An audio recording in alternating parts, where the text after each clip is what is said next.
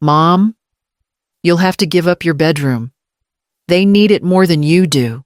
Those were my daughter's words as she stood in the doorway that morning, her arms crossed like she was the one paying the mortgage, like she was the one who had built this house with her bare hands.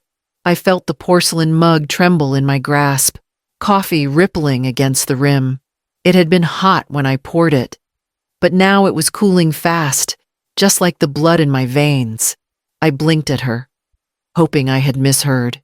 Maybe I was still half asleep, still lingering in a dream where my daughter spoke to me with kindness, but her eyes were steady, her voice sharp, and the request had no softness.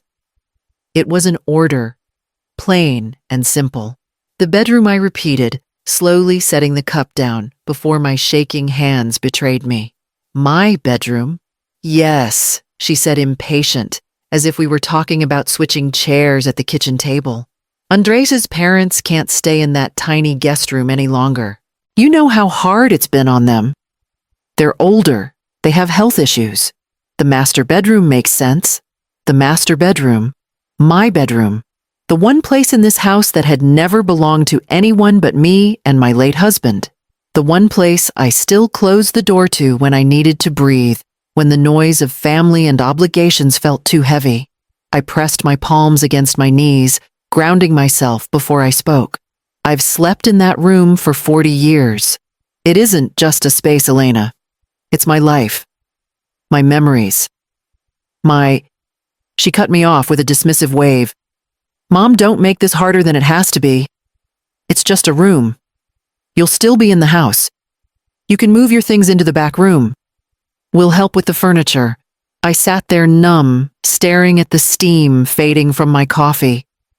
Just a room. That's what she called it. The room where my husband drew his last breath. The room where I had prayed through sleepless nights, where I had held his hand until it grew cold in mine.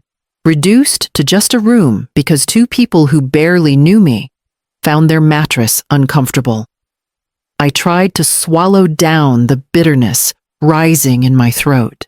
"You're asking me to step aside in my own home," I whispered.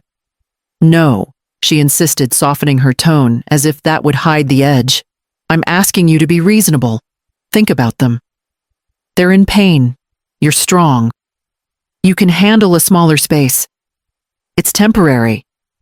Temporary. That word again. She had said the same thing 3 years ago when she moved in after her divorce. "Just until I get back on my feet, Mom." Temporary turned into permanent, and now her demands had grown bold enough to evict me from the one place I still called mine.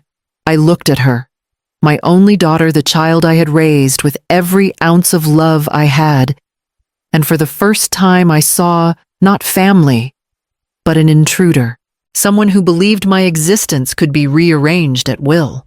The silence between us stretched. She shifted, impatient. "We should start today. Andres can help you move your clothes. It'll be easier to do it before his parents wake up." I didn't answer. I couldn't. My voice would have cracked, and I refused to give her the satisfaction of hearing it. Instead, I reached for my coffee, lifted it with steady hands, and took a slow sip. Bitter, lukewarm, metallic. She sighed and left the room, footsteps fading down the hallway. I sat there alone, coffee cooling in my grip, and in that stillness, I knew something had broken that could never be repaired. And while she thought she had won, while she thought I would quietly move my belongings to a forgotten corner of the house, I was already thinking of something far different, something final. I walked down the hall after she left my hand, brushing the wallpaper that had faded over decades. The door to my bedroom stood half open, sunlight spilling across the hardwood floor. I pushed it wider, and for a moment, the air shifted like I had stepped back into another time. The master bedroom wasn't just a rectangle with walls and windows. It was where my life had unfolded, piece by piece. The oak dresser against the far wall still bore the scratch my husband made when he was trying to assemble it late at night, stubbornly refusing to follow the instructions. He laughed when it splintered. And I laughed with him because that was how we survived everything with humor, even when money was tight and the world felt heavy. The bed was newer replaced after his passing, but I still remembered the one before it. The quilt I stitched by hand, the frame he built strong enough to last decades. We raised our daughter in this house, and that room had been our sanctuary. When parenting exhausted us, when disagreements tested us, when silence felt safer than words. It had been the place where we always returned to each other. I could still see him leaning against the window frame, watching the rain run down the glass. He had a way of humming when he thought deep and low, almost like a lullaby. On nights when storms rattled the windows, I would curl against him and feel his chest rise and fall, steady, unshaken. I never told him how much I relied on that rhythm, how much it made me believe everything would be all right. It was also the room where I lost him. I remember the scent of antiseptic, the quiet hum of the oxygen machine, and the way he whispered my name even when his breath was shallow. He died in my arms right on that side of the bed. For weeks afterward, I would wake in the dark, reaching across the mattress, certain I'd feel him still. But the sheets stayed cold, and the silence pressed heavier than the night itself. To Elena, it was just a room. To me, it was 40 years of laughter, arguments, reconciliations, and the last kiss of a man who had loved me until his final moment. I sat on the edge of the bed and ran my fingers over the nightstand. His watch was still inside the drawer, its battery long dead, but I couldn't bring myself to throw it away. Next to it, a folded handkerchief he always carried in his pocket. Small things, but they were all I had left of him. I closed my eyes and tried to imagine strangers sleeping here, snoring in his place, leaving their belongings where ours had once been. The thought made my chest ache. It felt like they weren't just asking me to give up a bed, but to hand over every memory I had fought to keep alive. The walls still echoed with pieces of my life. I remembered rocking my newborn in the corner chair when the world outside felt too big. I remembered anniversaries marked with simple gifts, a rose from the grocery store, a cup of coffee brought in with a whispered happy day. I remembered the night we decided we'd stay in this house forever because it wasn't the size or the price that mattered. It was ours. I opened my eyes and looked around the room once more. The air smelled faintly of cedar from the old chest at the foot of the bed. Light streamed across the quilt, catching dust motes that danced like tiny spirits. 40 years lived in this room, and now I was supposed to pack it all away, fold it into boxes, and hand it to people who hadn't shared a single memory of it. I stood slowly pressing my palm against the doorframe. My daughter thought I would surrender quietly, that I would shrink into another corner of the house. But as I looked back into the room, I knew one thing for certain. If they wanted me gone from here, then I wouldn't stay under this roof at all. Just for a few months, Mom, until I find a place for me and the kids. That's what Elena told me the night she showed up at my doorstep. Her eyes red from crying, 2 children half asleep in the back seat of her car. She had just signed the divorce papers. Her life split open by a man who promised forever and then walked away. My first instinct was the same as it had always been, to pull her close, to protect her, to give her shelter under my roof. I didn't hesitate. I told her to bring the children inside, that they could stay as long as they needed. She hugged me so tightly I felt her trembling, and in that moment I thought I was giving her time to heal. She said a few months, and I believed her. Those few months stretched into a year.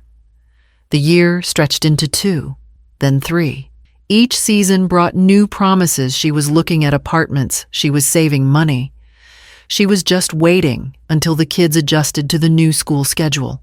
Always a reason, always that word temporary. At first, it felt good to have the house filled again. The laughter of my grandchildren softened the silence that had haunted me since my husband's death. Their sneakers by the front door, their drawings taped to the fridge, it gave me purpose, something to look forward to. I didn't mind cooking bigger meals or folding more laundry or giving up the quiet evenings I once had. But as the years passed, I noticed the shift.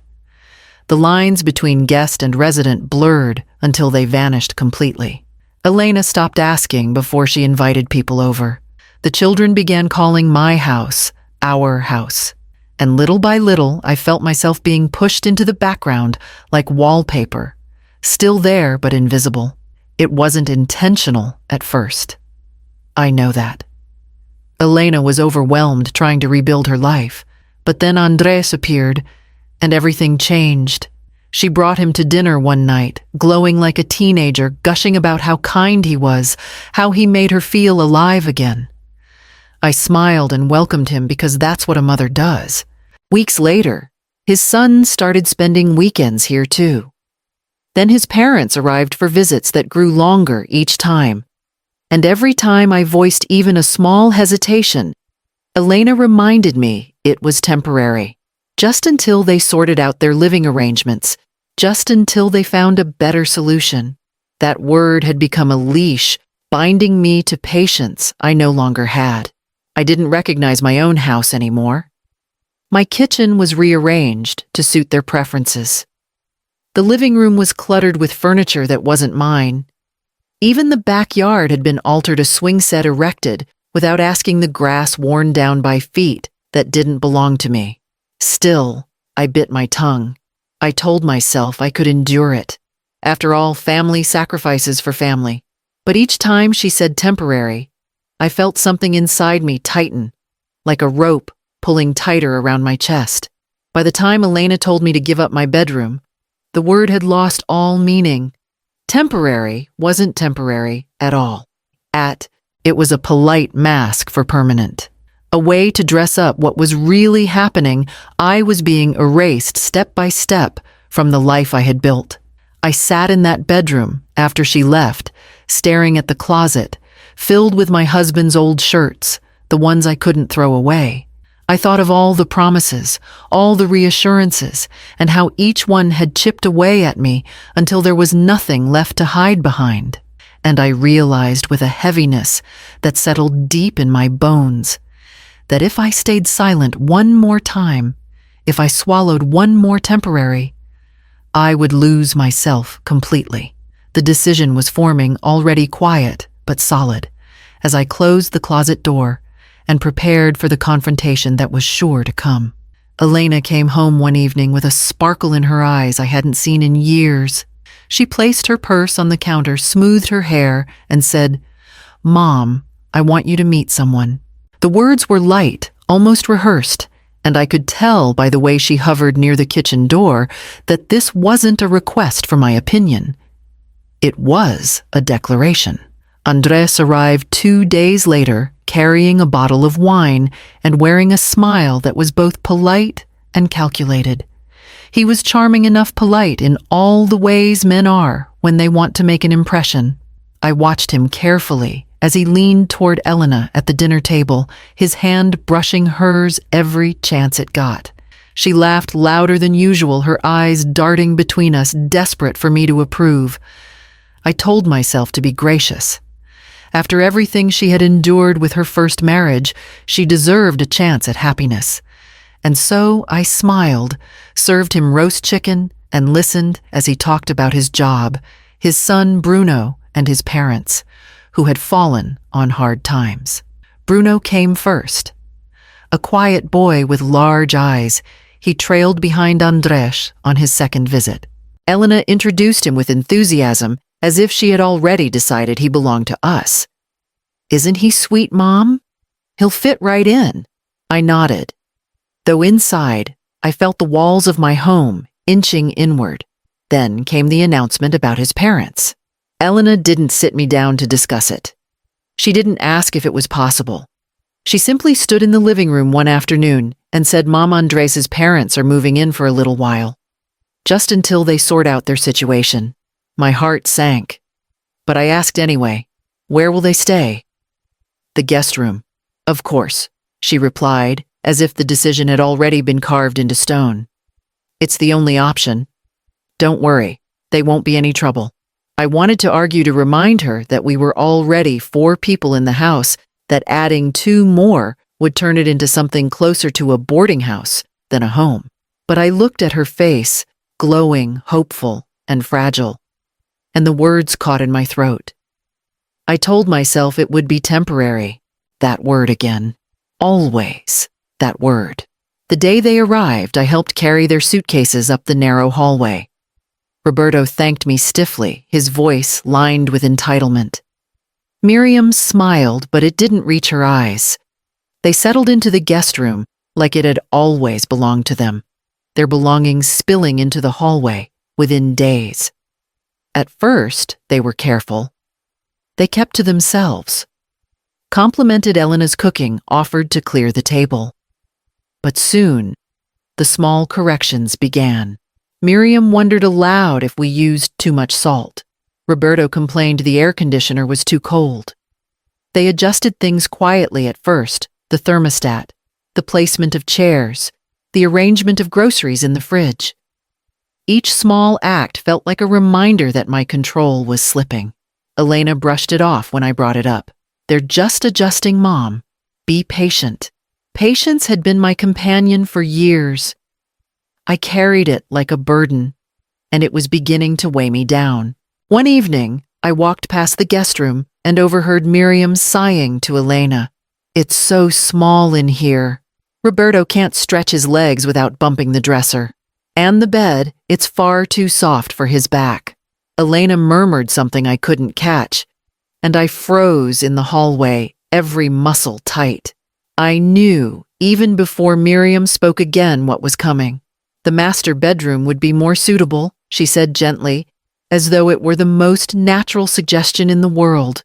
I pressed my hand to the wall to steady myself, the words slicing through me like a knife. From that moment on, I knew that Andrés hadn't just brought himself into our lives. He had brought an entire package, and Elena was too blinded by her need for love to see that the cost of it would be mine. At first, I convinced myself it might work. Roberto and Miriam kept to the guest room, offered thanks at mealtimes, and spoke softly, as though aware of the strain their presence placed on the house. I remember telling myself one evening as I washed the dishes, maybe this won't be so bad. Maybe they really will move on soon. But small cracks appeared almost immediately. It started at the dinner table. Miriam would glance down at her plate, then at Elena, and ask in that careful sing-song way of hers, "Do you think we might use a little less salt? Roberto's blood pressure, you know." Elena would nod quickly, scribbling it down as though she were taking orders in a restaurant. I stood at the sink, scrubbing a pan, pretending I hadn't heard the implication that my cooking was suddenly up for review. Then Roberto discovered the thermostat. I came into the living room one afternoon and found him adjusting it down several degrees. "The air is too cold," he said, not even looking at me. "Miriam can't sleep well when the air is dry." He left the dial turned low while I stood there, with a sweater draped over my shoulders, wondering when I had lost the right to choose the temperature in my own house. The guest room complaints followed quickly after. I overheard them telling Elena that the bed was too soft, that the window looked out on nothing but the neighbor's fence, that there wasn't enough space for their belongings. One night, as I passed the hallway, I heard Miriam sigh heavily and mutter, "This room feels like a closet." The closet they spoke of was where I had tucked my grandchildren in with bedtime stories, where my sister once slept when she visited from Texas, where I had folded laundry in the quiet of early mornings. To me, it was a perfectly fine room. To them, it was barely livable. Elena began repeating their words back to me. "Mom, maybe we should buy them a firmer mattress." Or, "Mom, could you try cooking lighter meals?" Her voice carried a hint of guilt, as if she knew she was delivering messages that should never have been hers to carry. I wanted to ask why she was bending herself into knots for people who had known her only a handful of months, while I, the woman who raised her, was expected to absorb every change without complaint. Days turned into weeks. The polite masks Roberto and Miriam had worn when they first arrived slipped further with each passing moment. They no longer said thank you when I cooked. They no longer knocked before entering the kitchen. They began treating the house like it was theirs to shape, leaving their shoes in the hallway, their coats on my dining room chairs, their medicine bottles lined up on the counter where I once rolled out pie crusts. One afternoon, Miriam stood in the living room and declared, "This space needs rearranging. The light is all wrong." Before I could object, she and Elena were dragging the sofa across the floor, the legs scratching against the wood I had polished every spring.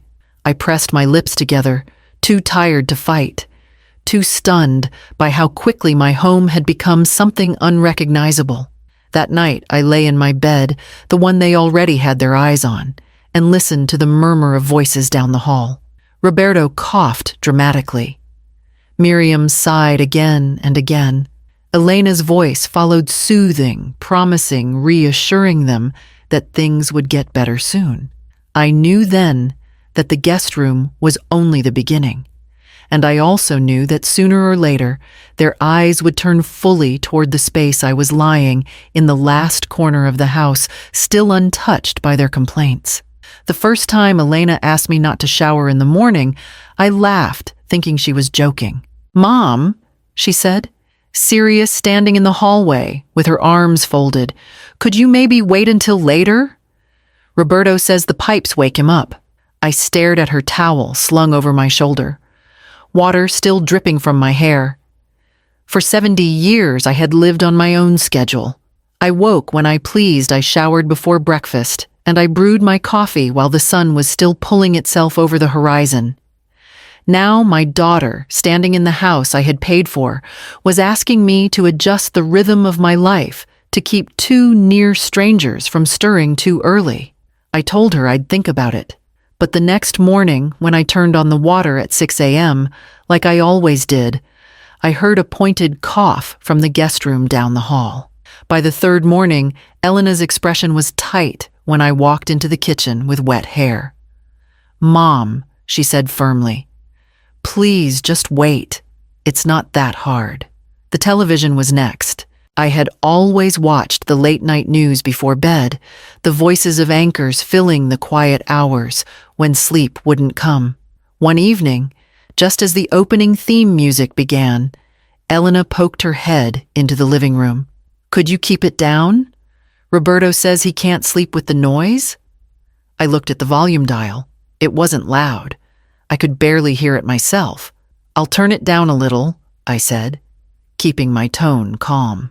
The following week, she returned again, her voice sharper.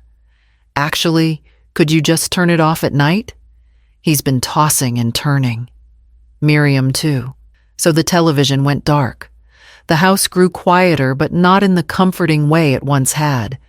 The silence was heavy, filled with the knowledge that my habits no longer belonged to me. I began to tiptoe around my own house, careful not to open cabinets too loudly, careful not to let the microwave beep when I heated leftovers. Even the clinking of my spoon against the coffee mug felt like a crime. The very walls seemed to remind me I was the intruder now, not the owner. And yet, when I tried to talk to Elena, she brushed it aside. "Mom, they're older. They need their rest. You're strong, you can handle a little change." The words stung. I was older too. My knees ached when the weather turned cold. My hands trembled if I carried too many groceries at once. But in her eyes, their needs mattered more than mine. The grandkids started to notice too. "Grandma, why don't you watch TV with us anymore?" Martina asked one night. I smiled weakly and told her I was tired, though the truth was that I no longer had permission to. I caught my reflection in the darkened screen of that television, and for a moment I didn't recognize the woman staring back. She looked smaller, as though the house itself was shrinking her. The home I had built with decades of work, where every nail and beam carried pieces of my life, no longer felt like mine. It felt like I was renting a space, an unwelcome tenant waiting for the day I was told to leave altogether. And the worst part was knowing that day was closer than I wanted to admit, because the grumblings about the guest room had not stopped. It happened one Sunday afternoon when the house smelled of roasted chicken and the table was set for everyone but me. I lingered in the kitchen, pouring myself coffee, while Roberto and Miriam sat across from Elena in the dining room. Their voices were low at first, drifting toward me like whispers through a cracked door. Then Miriam spoke a little louder, the kind of voice meant to be overheard. "This room is much too small for us, Elena. Roberto can barely stretch his legs without bumping the dresser, and the bed, it is far too soft for his back." I froze coffee pot in hand, waiting for my daughter's reply. Surely she would remind them this was not a hotel, that they had been given a room freely, that gratitude, not complaints, was what they owed. But I heard only the scrape of a fork against a plate, and then Miriam, again, her words slow, deliberate. "The master bedroom would be more suitable, don't you think? It has more space, a firmer bed, and its own bathroom. For people our age, comfort is important." My stomach tightened. I set the pot down before I spilled it, then stepped into the dining room. "Excuse me." My voice was sharper than I intended. Roberto leaned back in his chair, hands folded across his stomach, and offered me a smile that didn't reach his eyes. "It's only a suggestion. Nothing personal.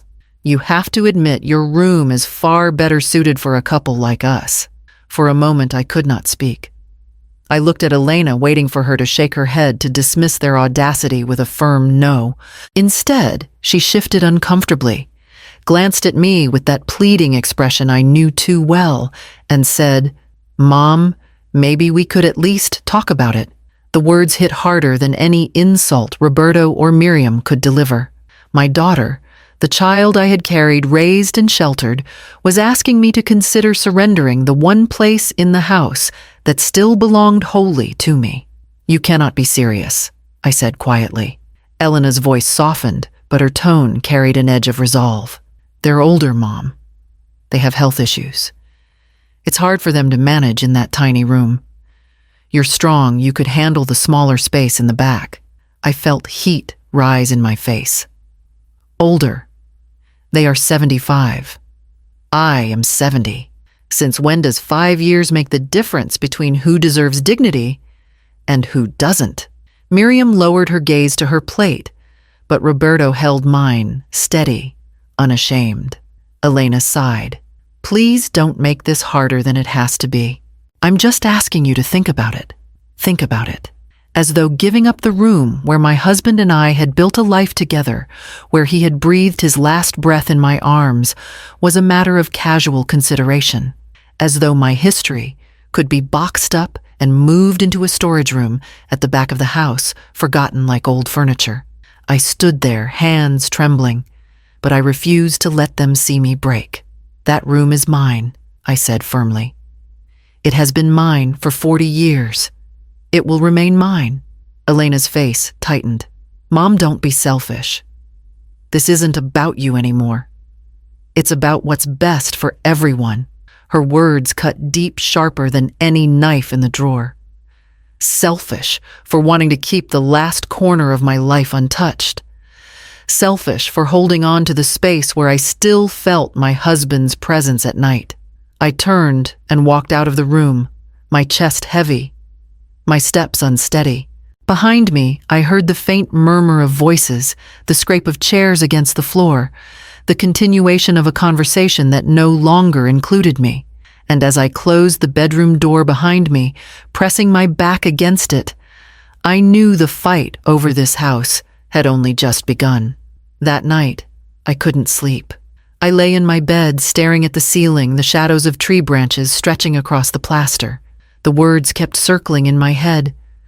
My own daughter asking me to think about it. Think about giving away the one space in this house that still tethered me to the life I had lost. In the morning, I found Elena in the kitchen. She was pouring cereal for her children, her voice bright and casual, as though nothing had happened the day before. I waited until the kids wandered off with their bowls before I spoke. "Elena, We need to talk about what was said yesterday. She didn't look up. Mom, I don't want to fight. This isn't a fight, I said quietly. It's me reminding you of what that room means. Your father and I built our life there. I held his hand in that bed until he took his last breath. Every corner of that room holds him. It's not just a place to sleep. It's all I have left. Finally, she turned to face me. Her eyes were soft, but there was impatience behind them, the kind you see when someone thinks they already know better. Mom, she said gently, almost condescendingly, memories don't live in walls. They live here. She touched her chest. They live inside you. You could move to any room and still keep those memories. Her words felt like a slap. Memories can live anywhere, she repeated, as if the phrase might somehow comfort me. I gripped the counter to steady myself. Do you hear yourself? You're asking me to abandon the room where my husband died, where I whispered goodbye. And you're telling me it's no different than moving into a back closet. Elena's tone hardened. It's practical. You act like you'd be banished. You'd still be under this roof. You'd still see the kids. Why can't you be flexible for once? I stared at her, wondering if she even realized how cruel she sounded. Flexible, I whispered. I let you move in when your life fell apart. I opened my doors to you, your children, and now Andres and his family. I've been nothing but flexible. And now you want me to give up the last thing that is mine. Her face flushed, whether from guilt or frustration I couldn't tell. It's temporary, she muttered. They just need time to get back on their feet. That word again. Temporary. The same word she had used 3 years ago when she first returned with her children. The same word that had stretched and stretched until the lines between what was mine and what was theirs had blurred beyond recognition. I shook my head slowly. You call it temporary, but you and I both know it never is. Every promise of temporary has become permanent, Elena. Why should I believe this would be any different? For a moment, she had no answer. She just stood there, arms crossed, eyes down, and then she muttered, because I'm asking you to trust me. I felt something break inside me. Trust.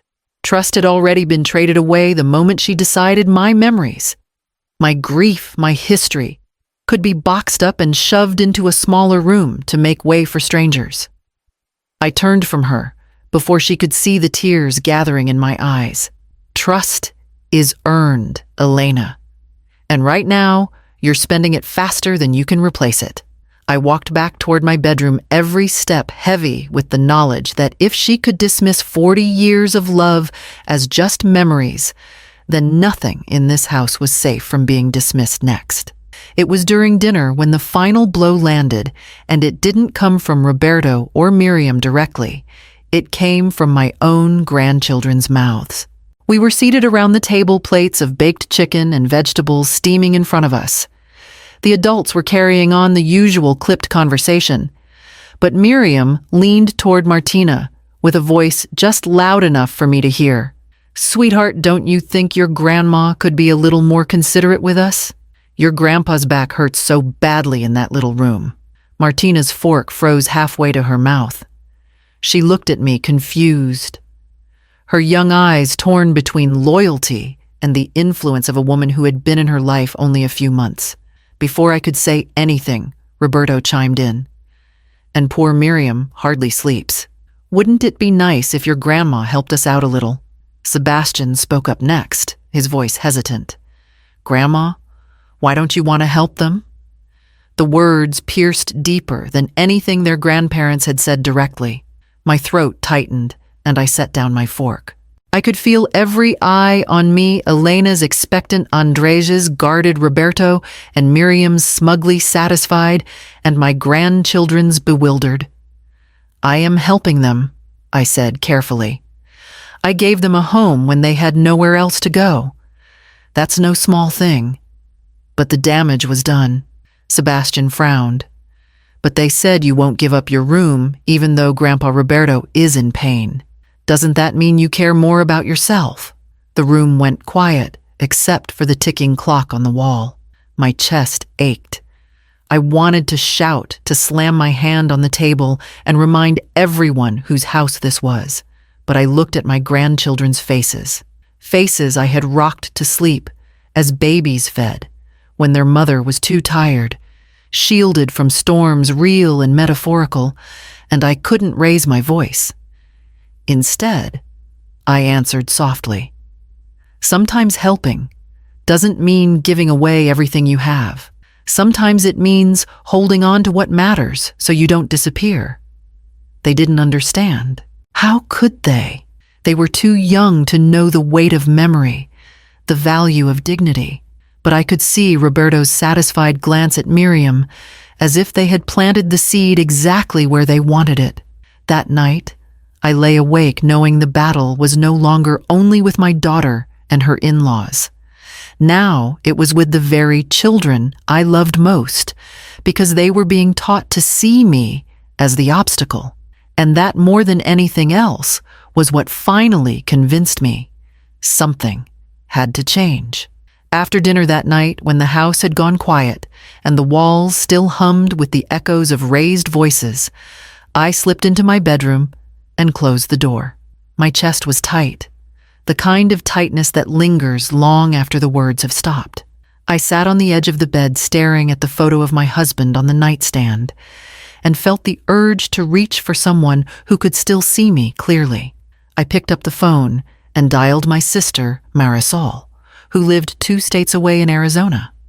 She answered on the second ring, her voice warm, familiar, the kind of voice that steadied me before I even said a word. "Everything all right?" she asked, and that simple question was enough to unravel me. I poured it all out. How Elena had let her in-laws treat my home as theirs. How they complained about the food I cooked, about the temperature of the air, about the bed they had been given. How they wanted my room, the room where my husband had taken his last breath. And worst of all, how Elena hadn't defended me. How she had joined their chorus, asking me to think about it. Marisol didn't interrupt. She let me empty the weight I had been carrying, the silence on her end, giving me space to admit things I hadn't even admitted to myself. By the time I stopped, my throat was raw, my palms damp from gripping the phone too tightly. She drew a breath and spoke slowly, every word deliberate. "Do you hear yourself, Rosa? You're not talking like the woman I know. You're talking like a tenant in your own house." Her words cut deeper than she knew. "I've been trying to keep the peace," I said softly, though the excuse sounded thin even to me. "Peace," she repeated, her voice firm now. "That's not peace. That's surrender. You let them take pieces of you one by one, and now they've reached for the last thing you have left. That isn't family, Hermana. That's abuse." The word sat heavy in the air. I had avoided it, danced around it, told myself it wasn't that bad. Abuse belonged to harsher stories, darker lives. But the more I thought about it, the more I realized she was right. "I don't want to lose Elena," I whispered. "You'll lose yourself if you keep going like this," Marisol said. Her tone softened, but it carried no less weight. "Listen to me. You gave her shelter. You gave her comfort. You opened your doors when she needed you. That doesn't mean she gets to erase you. Set limits. If you don't, they will take everything. And once you're gone, they won't respect you anyway." I pressed the phone against my ear, tears slipping silently down my face. If I push back, she'll say I'm selfish. She already has. Better to be called selfish for protecting yourself than to be emptied out by people who should have known better. I couldn't answer right away. I sat there breathing in the truth of her words, the truth I had tried to deny for so long. She wasn't wrong. Every compromise I had made had not bought me gratitude. It had only sharpened their appetite for more. When we finally hung up, I sat in the dim light of my bedroom, the phone still in my hand. My heart was pounding, but for the first time in years, the pounding wasn't fear. It was resolve. Marisol had given me the clarity I needed. And I knew that the next time they asked me to give something up, my answer would no longer bend. The silence of the house pressed in around me, but inside, I felt a shift. A small flame that I knew would soon burn brighter. The next morning, I woke before the sun, Marisol's words still echoing in my ears. I moved through the kitchen with deliberate calm, setting the table as I had done for decades, but inside, I was gathering myself like a storm pulling over the horizon. By the time Elena and the others came in, I was ready. They sat down, plates clinking, voices low. Miriam stirred her tea. Roberto rubbed his back with exaggerated groans. Elena kept glancing at me, waiting for me to speak first, maybe to fold like I always had. I cleared my throat and set down my coffee cup. "I've made a decision," I said. My voice didn't waver, though my heart raced. "I'm not moving out of my bedroom. That room is mine, and it will remain mine." Silence blanketed the table. Forks paused midair. Roberto blinked as though he hadn't expected me to speak so plainly. Miriam pressed her lips together, her eyes sliding toward Elena. It was my daughter who broke the silence. "Mom," she said slowly, as if I were a child to be reasoned with. "Be reasonable. They're uncomfortable. They're older." "I am older too," I cut in. 5 years younger than Roberto doesn't make me less entitled to my own bed. Her jaw tightened. "But you're stronger. You can manage in the back room. It would mean so much if you could just—" "No," I said again, more firmly this time. "I have given more than enough. I welcomed you and the children when you had nowhere to go. I accepted Andres, his son, and now his parents, under my roof. But my bedroom is not up for discussion." The air went brittle. Miriam shifted uncomfortably in her chair. Roberto looked down at his plate. It was Elena who turned the knife. "I can't believe how selfish you're being," she snapped. Selfish. The word rang in my ears, sharp and cruel. Selfish for wanting the space I had built my life in. Selfish for keeping the room where my husband's last breath still lingered. Selfish for refusing to shrink smaller and smaller in my own home. I didn't argue. I didn't raise my voice. I only said, if protecting what belongs to me makes me selfish, then so be it. The rest of the meal passed in silence, a silence so heavy it seemed to seep into the walls. Even the children felt it. Martina picked at her eggs without a word. Sebastian glanced between us, sensing something had shifted, something he didn't yet understand. When the plates were cleared, no one lingered. Elena retreated with a sharp sigh. Roberto and Miriam shuffled back to the guest room, and I was left alone at the table. The coffee in my cup had gone cold, but I drank it anyway because it gave my hands something to do besides tremble. The house felt different after that. The warmth had drained from it, replaced by a thin, sharp chill. They spoke to me only when necessary. Their greetings clipped their footsteps, heavy with disapproval. Even Andres, who had once tried to play the peacemaker, now avoided my eyes. But beneath the frost, I felt something else take root in me. Something steadier than anger, stronger than fear. It was the first taste of resolve, and I knew I couldn't go back. The silence was punishing, yes, but it was also a reminder I had drawn a line. And the next time they pushed, I would be ready to push back even harder. It began the night after I drew the line.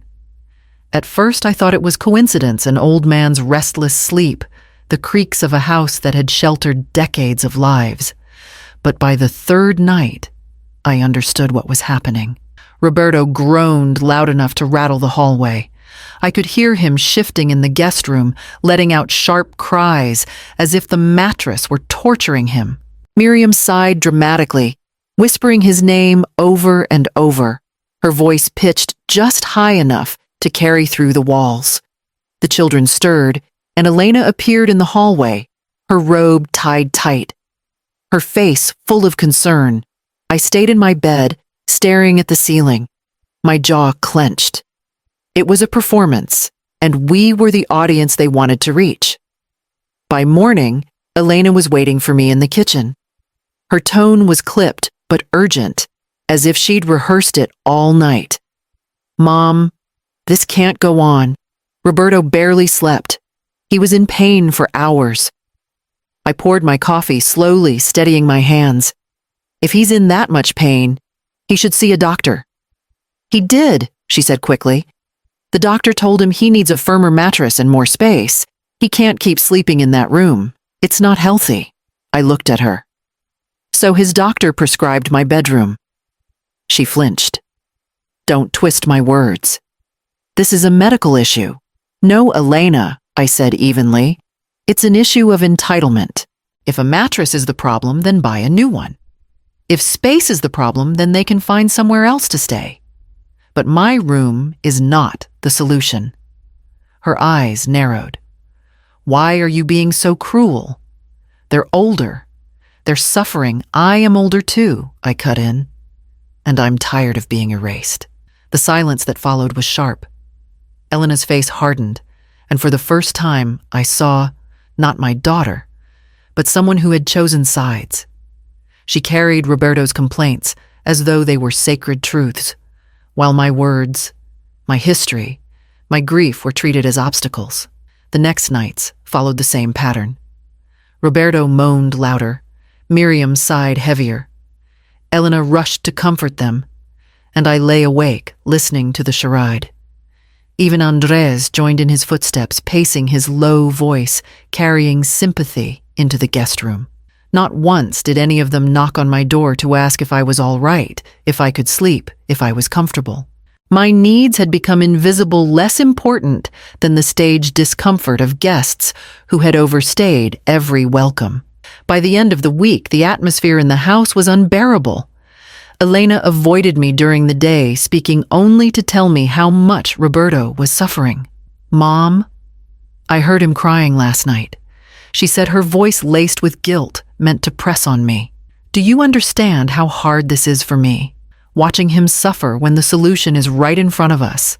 I held her gaze, my voice steady. "The solution is not my room. Don't confuse compassion with surrender." She shook her head, disappointed, and left me alone at the table. I sat with my cooling coffee, the walls pressing in the sound of Roberto's exaggerated cough, echoing from down the hall, even in the daylight. It was clear now. They weren't just trying to wear me down. They were trying to push me out. And the more they staged their urgency, the more certain I became that I had to end this game before it ended me. I woke to the sound of clinking dishes in the kitchen. For once, the house seemed calm, almost cheerful, the way it used to be when mornings meant shared meals instead of silent battles. I pulled on my robe and followed the smell of coffee, trying to steady myself for another day of tiptoeing around their grievances. Elena was already at the table when I walked in. She looked rested, bright-eyed, a smile stretched wide across her face. It wasn't the nervous smile she wore when asking for favors. This one was different. Confident, decided. "Good morning, Mom," she said, her voice honey-sweet. "I've been thinking a lot, and today we're going to take care of everything." I poured myself coffee, slowly waiting. "Take care of what your room," she answered, as though it were the most natural thing in the world. "We'll help move your things into the back room this morning. Andres and the kids can get it done in an hour. Roberto and Miriam can settle in by tonight. It's the best solution for everyone." For a moment, I couldn't breathe. Her words weren't a suggestion, not even a plea. They were final, a decision made without me, dropped on the table like an eviction notice. "Elena," I said, my voice low, "you're not asking me. You're telling me." She nodded, still smiling. "It'll be easier this way. No more arguments, no more tension. You'll have your own space in the back, nice and quiet. They'll have the comfort they need. Everyone wins." I set my cup down, harder than I meant to. "Everyone but me." Her smile faltered, replaced by impatience. "Mom, please don't start. I know this is hard, but Roberto's health can't wait any longer. He's been in pain for weeks. Miriam hardly sleeps. Do you want them to suffer? And what about me?" I asked. Do you think I don't suffer? Do you think watching my daughter strip away everything I built isn't pain? She pushed her chair back with a sigh. You're making this so dramatic. It's just a room. The words echoed in my chest like a hammer against glass. Just a room. The place where my husband died, where our life together began and ended, reduced to 4 walls and a mattress in her eyes. Andres entered then, carrying a box in his hands. I'll start with the closet, he said casually, as though this had been planned all along. The children trailed behind him, hesitant but obedient, waiting for instruction. I looked at them all.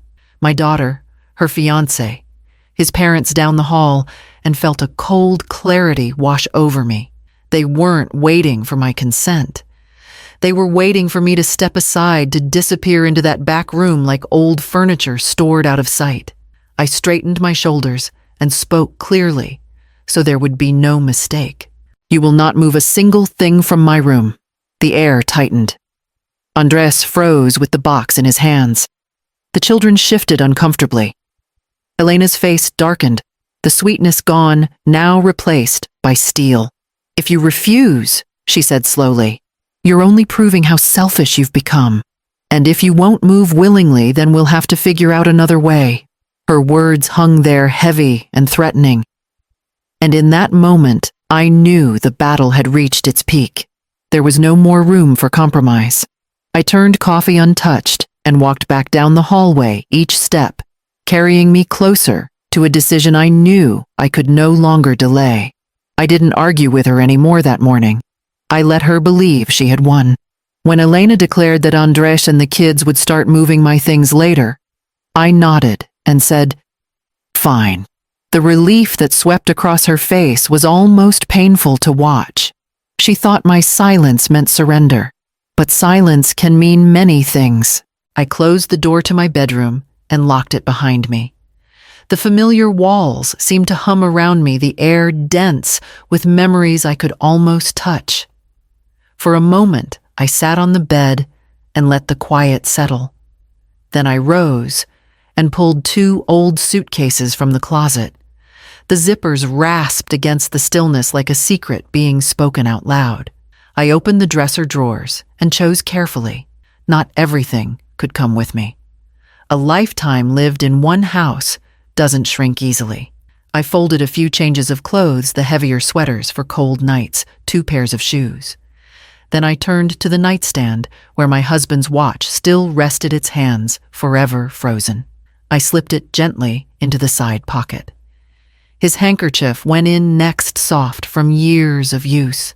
From the top shelf of the closet, I pulled down the shoebox of photographs, the ones of Elena as a child, my husband holding her at the beach, the 3 of us at Christmas when money was tight, but smiles were plenty. I couldn't leave those behind to be shoved in a drawer or tossed away by people who had no use for the past. Documents followed birth certificates, the deed insurance papers. I gathered them with deliberate hands, sliding them into a folder I tucked deep in the suitcase.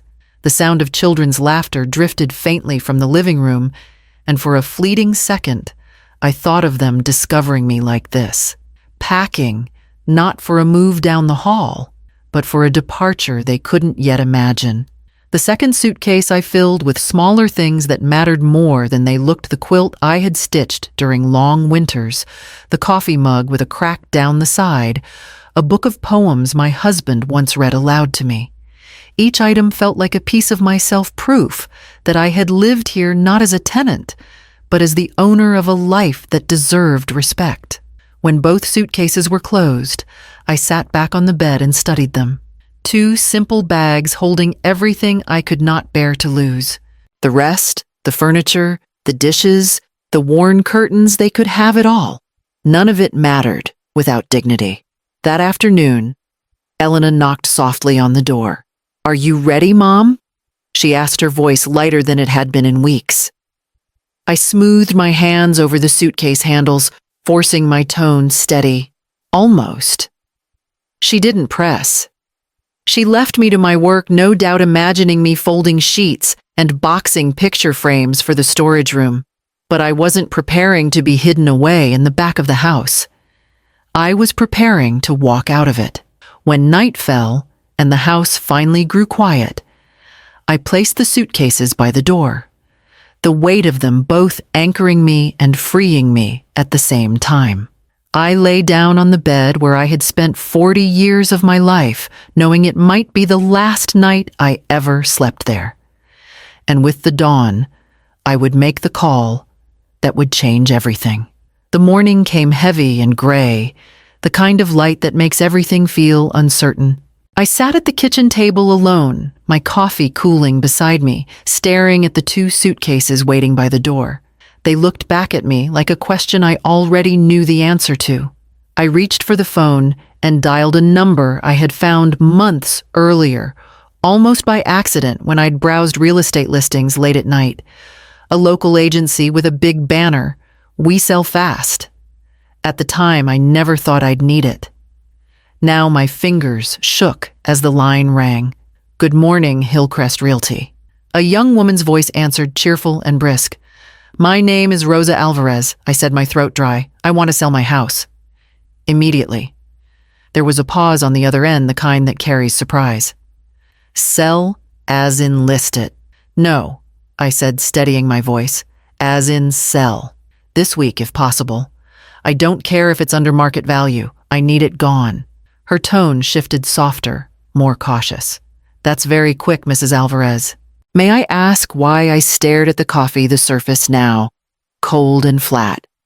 Because I'd rather lose money than lose the last of myself." She hesitated, then said she'd transfer me to an agent who handled urgent sales. Moments later, a man's voice came on the line, older, confident.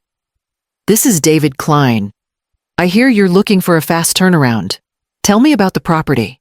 I gave him the basics: a 4-bedroom home, well kept in a neighborhood people loved for the schools and the park nearby. As I spoke, I could hear the calculations clicking in his head. "And you're sure you want to sell quickly?" he asked. "You'd make more waiting a few weeks, maybe months. Homes like yours don't sit long." "I don't have weeks," I replied. "I want it done. I want buyers walking through the door tomorrow if you can manage it." There was another pause, then a low whistle. "I'll be honest with you, Rosa. Most people don't choose to lose $10,000, maybe $20,000 just to shave time off the process. Are you certain that's what you want?" I closed my eyes, my husband's face flickering in memory, his quiet strength reminding me who I was. I've never been more certain of anything. "All right," he said. "I'll come by this afternoon, take photos, get the paperwork started.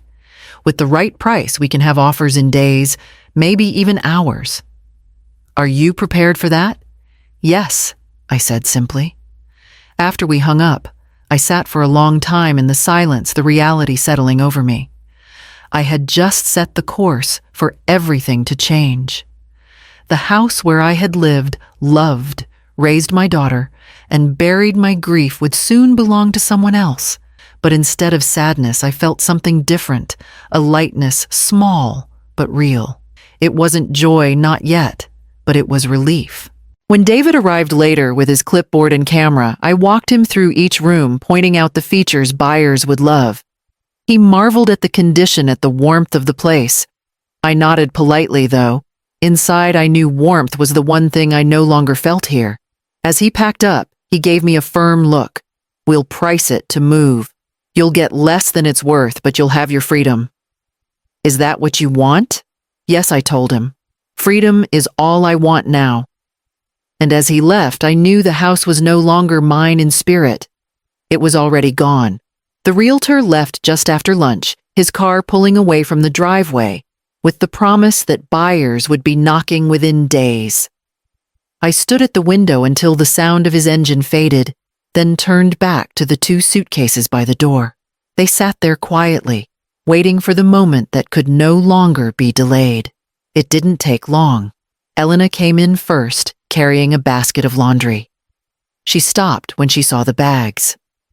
Her face brightened with satisfaction, as though she'd finally broken me down.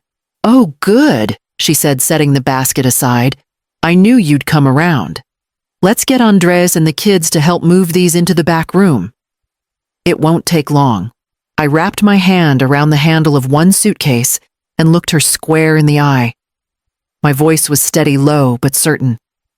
No, Elena, I'm not moving to the storage room. I'm leaving. And so is this house. The words landed with the weight of stone. For a moment she didn't seem to understand. Then her brow furrowed, her smile slipping. What do you mean leaving? By then Roberto and Miriam had shuffled into the hallway, drawn by her voice. Andres appeared, too, wiping his hands on a towel, his eyes moving from my face to the luggage like he was putting pieces together. I've contacted a realtor, I said. The house is being listed. By the end of the week, it won't belong to any of us. The silence that followed was so complete I could hear the tick of the wall clock. Then Miriam gasped softly, clutching Roberto's arm. Andres shook his head, disbelief etched across his face. And Elena, my daughter, stared at me as though I had struck her. You can't be serious, she whispered. I am, I answered. This house was my home for 40 years, and I've watched you all chip away at it until there's nothing left of me inside it. You wanted me out of my bedroom. Instead, I'm removing myself from the whole place. Consider your wish granted. Her voice rose sharp and panicked. Mom, you can't just sell it. We live here. The kids.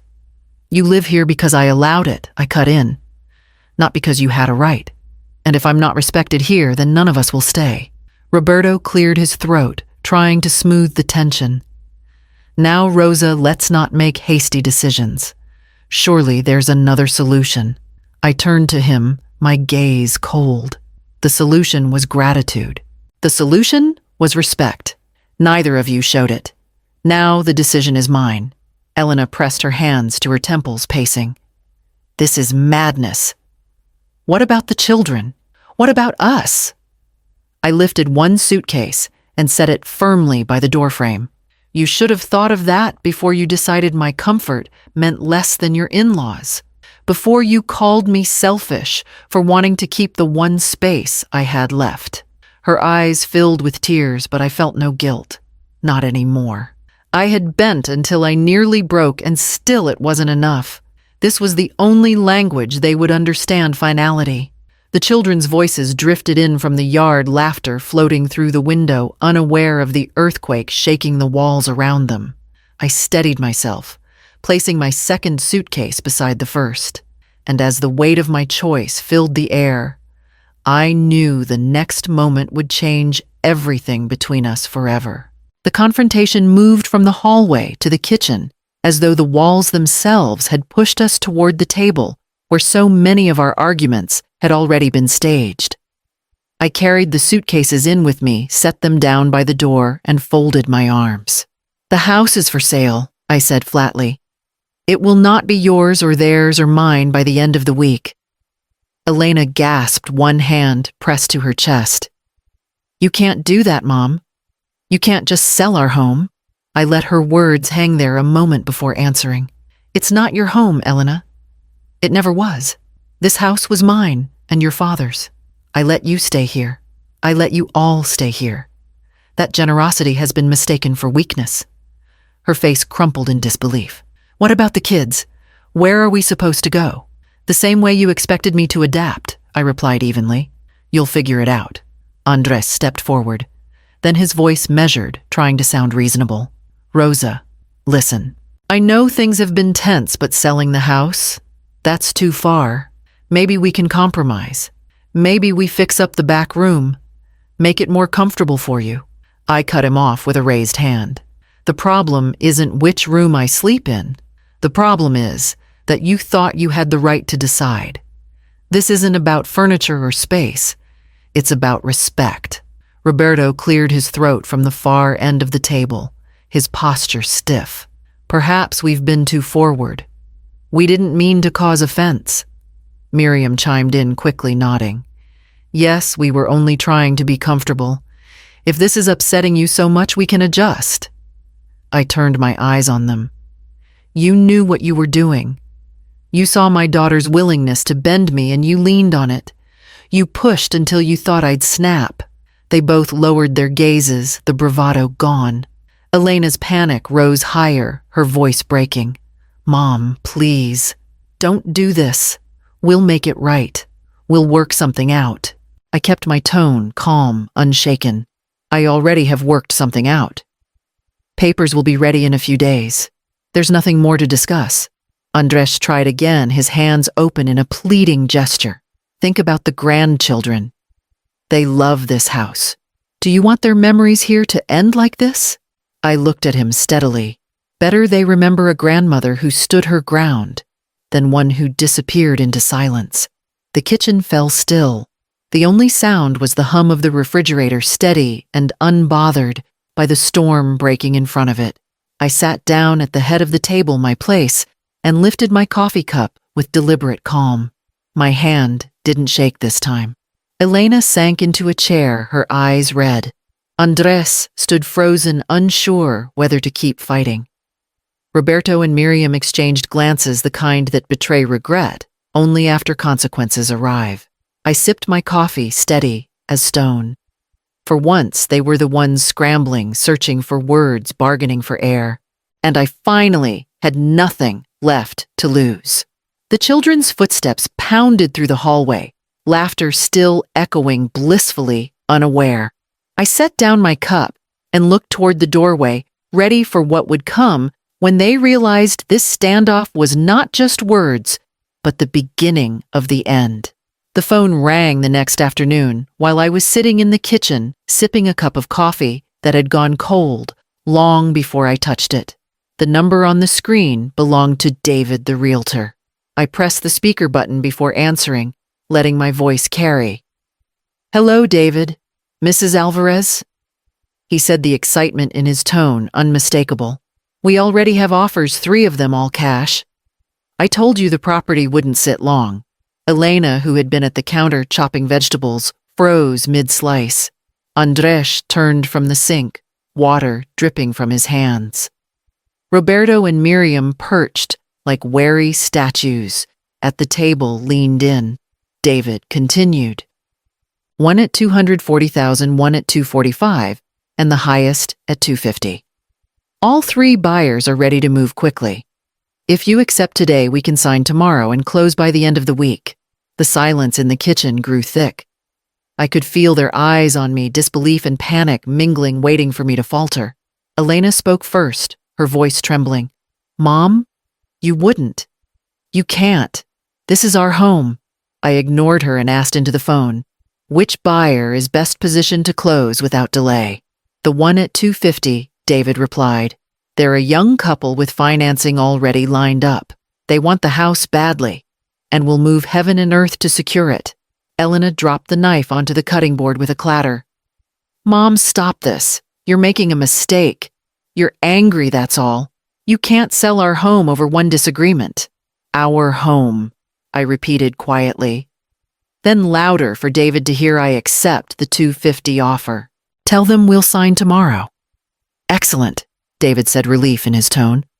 I'll prepare the paperwork. Expect me at 10 a.m. Thank you, I said, and hung up. The kitchen erupted. Elena rushed toward me, her face blotched red. How could you do this? Where are we supposed to go? The kids. What about them? I met her eyes steadily. You told me to move out of my bedroom. You told me my memories were just things I could carry anywhere. So I will carry them somewhere new. This house will no longer hold them. Or you. Andres raised his voice now, desperate. This is too extreme, Rosa. You're punishing everyone for one mistake. Let's talk, fix things.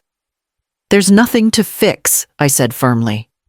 You all made it clear what you thought of me. Now I've made it clear what I think of that. Roberto, who had been quiet until then, cleared his throat nervously. Perhaps we pushed too hard.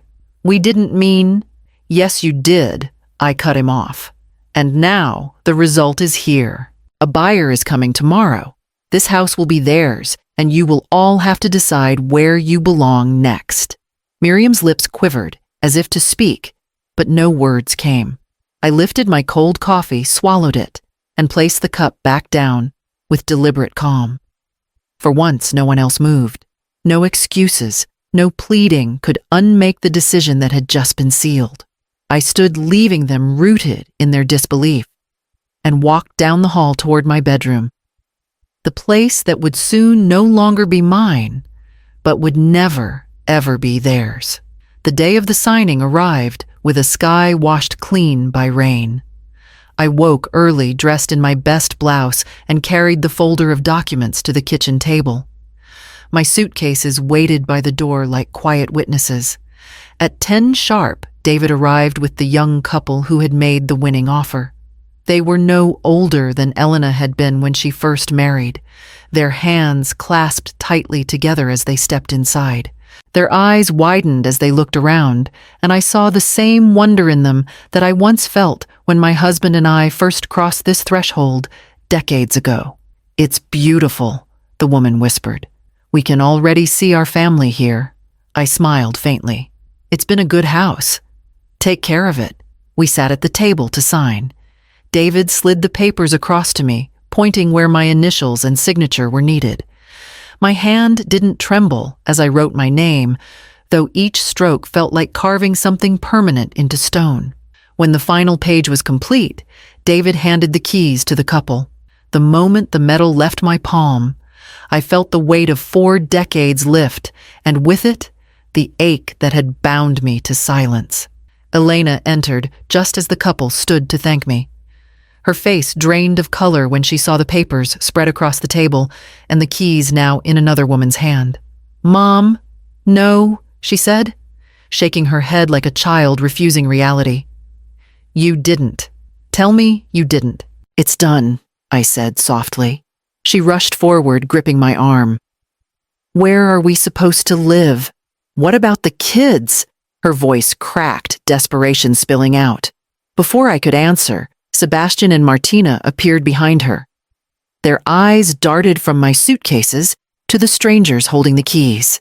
"Grandma, you're leaving," Martina asked, her voice trembling. Tears burned my eyes, but I forced myself to stay steady. "Yes, sweetheart, I am. But I love you both more than anything, and that will never change." Sebastian's eyes filled. "Then why can't you stay?" "Because sometimes," I said, bending to hold him close. "You have to leave to protect yourself. One day you'll understand." They clung to me, their sobs muffled against my shoulder. Behind them, Elena cried openly. Her face streaked, her voice hoarse. "Please, Mom, don't do this. We can fix it. We'll make them leave. We'll—" I shook my head, gently pulling away. "It's too late for that. Respect, once broken, isn't repaired with promises. You asked me to give up the last piece of myself.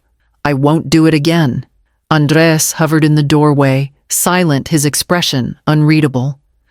Roberto and Miriam sat stiffly in the living room, their belongings already half-packed, guilt written on their faces, but never spoken aloud. The young couple waited quietly, sensing the storm, but holding on to each other, as if to remind themselves why they were there. I kissed my grandchildren's foreheads, straightened my shoulders, and picked up my suitcases.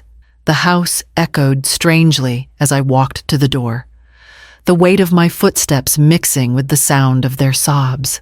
I paused, once turning back to take in the walls, the worn furniture, the windows that had framed a lifetime. It was bittersweet, yes, but it was also freedom. And with that, I stepped outside into the clean air, ready for the life waiting beyond this house. The movers left just after noon, their footsteps echoing down the narrow hallway as they carried the last empty box away. I stood in the center of the apartment, listening to the quiet settle over the walls. It was a small place, modest in every way. 1 bedroom, a kitchen, just big enough for a table and 2 chairs, a living room that looked out onto the park below. Yet, as the door shut behind them, I felt a lightness I hadn't known in years. I unpacked, slowly taking care with the things I had chosen to bring. My husband's watch went on the nightstand beside the bed, the tick long gone, but the weight of it unchanged. I spread my quilt across the mattress, smoothing the fabric with my palms as though stitching myself into this new beginning. In the living room, I placed the shoebox of photographs on the shelf above the window. Their edges were worn, their colors faded, but they belonged here with me, not stuffed in a closet someone else controlled. The sunlight moved across the floor as I worked, filling the apartment with a warmth that reminded me I was no longer a guest in my own life. No one would ask me to lower the volume of the television here. No one would tell me when I could shower or which room I had the right to sleep in. Each choice, however small, was mine again. The phone rang 3 times that week, each call from Elena. I let them go unanswered, though her voicemails lingered heavy in my chest. "Mom, please call me back. We can fix this. The kids miss you." Her voice cracked in places torn between apology and desperation. I listened once, then deleted them. I couldn't carry her guilt anymore. The grandchildren's letters arrived instead. Drawings of stick figures holding hands, notes written in clumsy cursive. "We love you, Grandma. Can we visit soon?" I tucked them carefully into a drawer, knowing one day they would understand why I had left. And maybe then they would come to me on their own. Evenings became mine again. I brewed coffee at dusk and sat by the window watching the park lights flicker on as families wandered home. Children laughed on the swings, their voices rising into the air, without the weight of expectation pressing on me. For once, I could watch without envy or regret. I wasn't waiting for anyone to ask something of me. On the first Sunday morning, I woke before dawn, brewed a fresh pot, and carried my cup to the balcony. The sunrise spilled gold across the city, catching on rooftops and windows until everything glowed. I felt my chest rise with the air, deep and unhurried, no longer clenched by fear of the next demand. This was not the house where I had built my life with my husband. It wasn't the place where Elena had taken her first steps, or where we had celebrated Christmas after Christmas. Those memories would always belong to the home I had sold. But the dignity I had reclaimed here, the quiet, the freedom was mine alone. I stood in the doorway of the bedroom, the morning light falling across the quilt, the photographs, the watch. My voice was steady as I said it aloud, as if to mark the walls with the truth. This room is mine, and no one can take it.